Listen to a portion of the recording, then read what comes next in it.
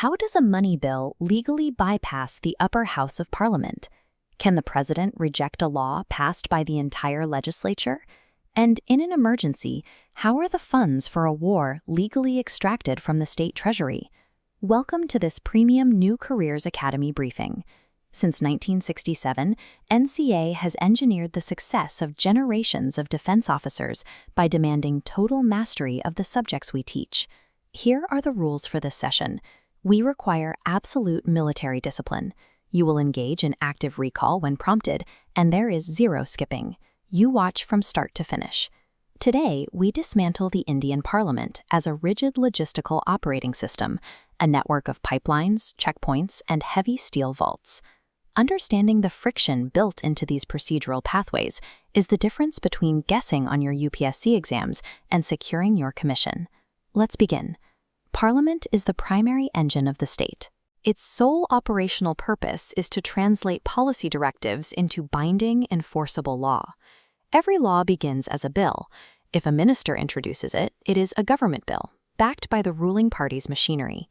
If any other member of Parliament introduces it, it is a private member bill. Private member bills face an immediate logistical bottleneck. They are only introduced and discussed on Fridays. Since 1970, not a single private member bill has passed. Their true function is to shape public discourse and force the government to address neglected issues. Look at this tactical flowchart. We divide legislative proposals into 4 distinct pipelines using the NCA mnemonic OMFC: ordinary, money, financial, and constitutional amendment bills. This ordinary pipeline requires the bill to clear 3 strict checkpoints, or readings. Remember the sequence with the phrase first soldiers train before, FST, first, second, third. The first reading is formal. The mover introduces the bill by reading its title and objectives, and it is published in the Gazette of India. No debate happens here. The second reading is the crucible. The House conducts a general discussion, often sending the draft to a select committee.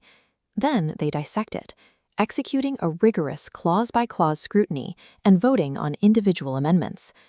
The third reading restricts debate entirely to arguments for or against the final draft.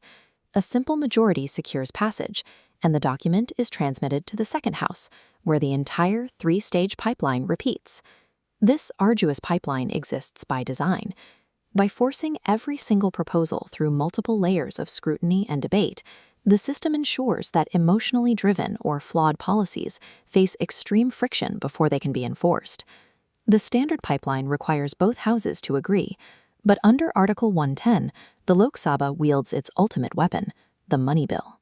This deals exclusively with taxes, borrowing, and the consolidated fund. Not just any bill gets this designation.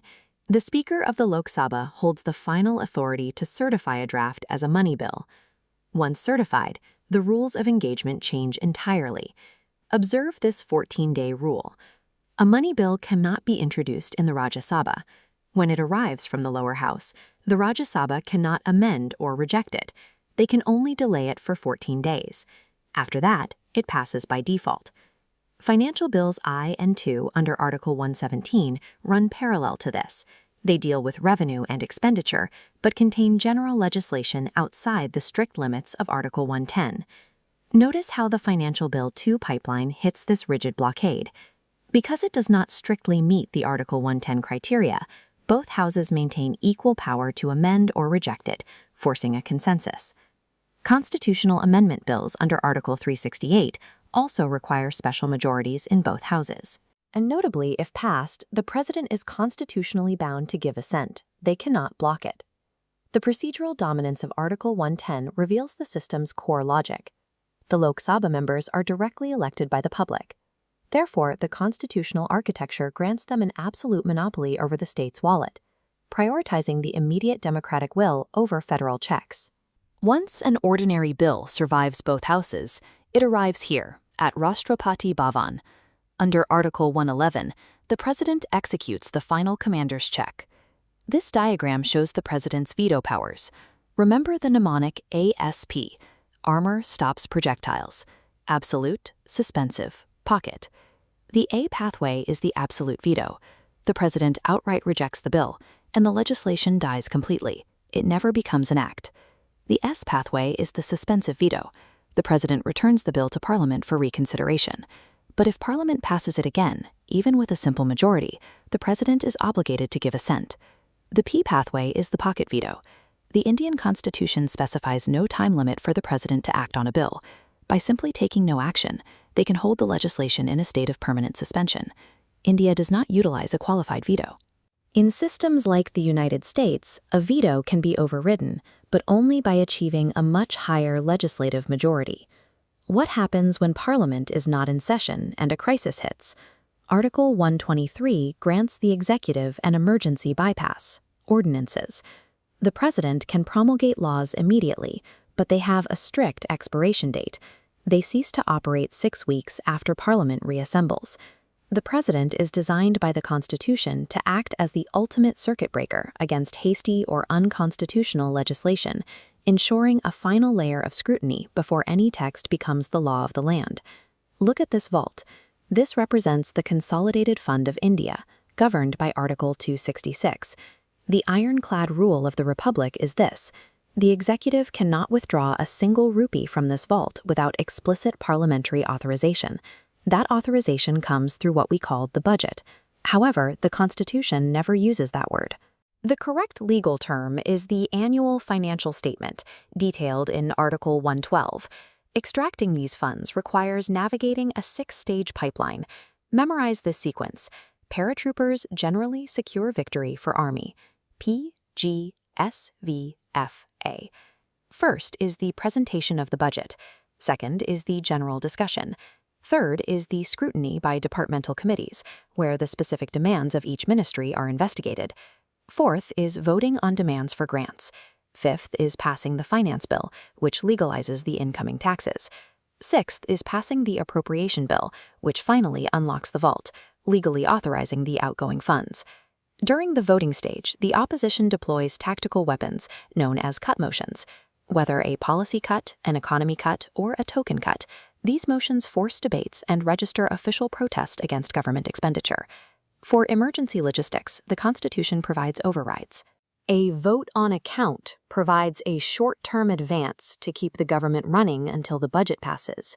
A vote of credit is a blank check given to the executive to meet unquantifiable emergencies, like a sudden war. The annual financial statement acts as a structural leash.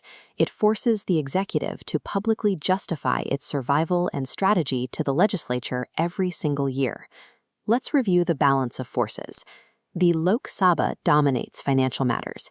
It exclusively controls money bills, votes on demands for grants, and has the numerical superiority to win joint sittings. But the Rajya Sabha holds unique strategic powers.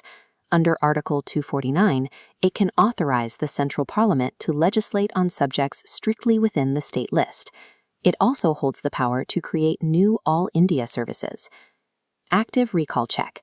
Which article grants the president the power to issue ordinances? Article 123.